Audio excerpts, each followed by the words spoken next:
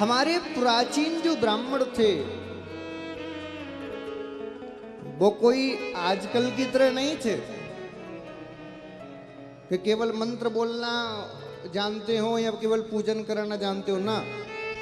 जितने प्राचीन ब्राह्मण थे वो अपने जमाने के सर्वश्रेष्ठ वैज्ञानिक थे। ऋषि और ब्राह्मण उसी को कहा जाता था जो वैज्ञानिक होता था। जब अत्यधिक सेवा बलि ने ब्राह्मणों की ऋषियों की, तो ऋषियों ने एक ऐसा विमान बनाया जो धरती पर भी चलता है, ब्रह्मांड में भी जाता है और पाताल में भी पहुंच जाता है। ऐसा विमान तैयार किया। राजा बलि से कहा इस विमान पर बैठो, हमने सारे अस्त्र शस्त्र इसमें पहले से ही फिट कर दिए हैं, चिंता मत करो, हम आशीर्वाद देते हैं, इस विमान पर बैठ के जाओ, त्रिलोकी में तुम्हें कोई हरा नहीं पाएगा। विमान पर बैठा के और आज जैसे ही आशीर्वाद लेके बलि गया है, महाराज त्रिलोकी में बलि का राज्य हो गया। उसी दिन से ब्राह्मणों का भक्त बन गया बलि। रोज यज्ञ करता है। शुक्राचार्य जी के द्वारा रोज यज्ञ करवाता है। बोले गुरुजी ऐसा एक भी दिन नहीं जाना चाहिए जब मैं यज्ञ ना करूं। रोज यज्ञ करता है। देवता रोते रोते रोते रोते भगवान नारायण के पास पहुंचे।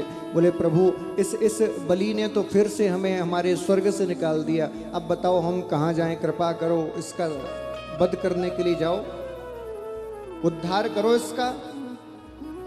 भगवान ने हाथ उठा लिए। बोले हम इसको नहीं मार सकते। क्यों नहीं मार सकते? बोले इसके दादा को हम वचन दे चुके हैं कि इसकी 21 पीढ़ी तक किसी को नहीं मारेंगे। कौन से दादा को? बोले इसके दादा हैं प्रहलाद जी, और उनको हमने वचन दिया था कि 21 पीढ़ी तक किसी को अपने हाथ से नहीं मारेंगे, इसलिए राजा बलि को हम मार नहीं सकते। लेकिन तुम लोग कह रहे हो तो तुम्हारे लिए मांगने जा सकता हूं। और अदिति और कश्यप जी के घर में आज वामन भगवान वामन अंगुल के दिव्य रूप लेकर प्रकट हुए।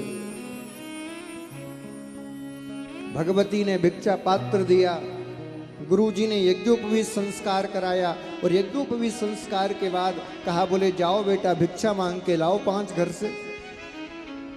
जैसे ही 5 घर से भिक्षा मांग कर लाए, ले जाके गुरुजी को भिक्षा समर्पित की। तुरंत गुरुजी कहने लगे, बोले बेटा 5 घर की भिक्षा से काम नहीं चलेगा, देना है तो त्रिलोकी का राज्य लाके मुझे दो। वामन भगवान सोचने लगे त्रिलोकी का राज्य इस समय किसके पास है।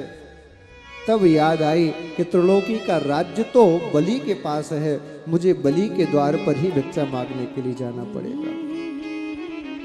और आज मात्र 5 वर्षीय वामन भगवान यज्ञोपवीत धारण किए हुए, खड़ाऊ पहने हुए, एक हाथ में कमंडलू, एक हाथ में छाता लिए हुए निकल पड़े बलि के द्वार पर जाने के लिए। जिधर जाते हैं उधर से जय जयकार होती है, वामन देव भगवान की जय, वामन देव भगवान की जय हो।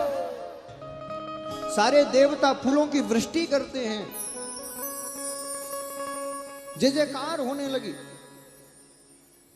इधर प्रातः काल का समय हुआ। शुक्राचार्य जी ने कहा, बोले बेटा बलि जी, गुरुजी यज्ञ का समय हो रहा है, चलो यज्ञ करो। और तुरंत शुक्राचार्य जी आए और शुक्राचार्य जी यज्ञ कराने के लिए बलि को विराजमान हो गए। अब तो यज्ञ प्रारंभ हो गया। ओम अग्ने स्वाहा, ओम वायवे स्वाहा, ओम विष्णवे स्वाहा, ओम रुद्राय स्वाहा। यज्ञ होने लगा। जैसे ही यज्ञ प्रारंभ हुआ, थोड़ी देर गुजरी थी कि क्या देखता है बलि, सामने से दिव्य रूप लेकर वामन देव भगवान आ रहे हैं। और जैसे ही वामन देव भगवान को देखा आते हुए, अपने स्थान से बलि खड़ा हुआ और खड़े होकर दिव्य स्वागत किया वामन भगवान का। हे प्रभु आपका स्वागत है, आप पधारिए।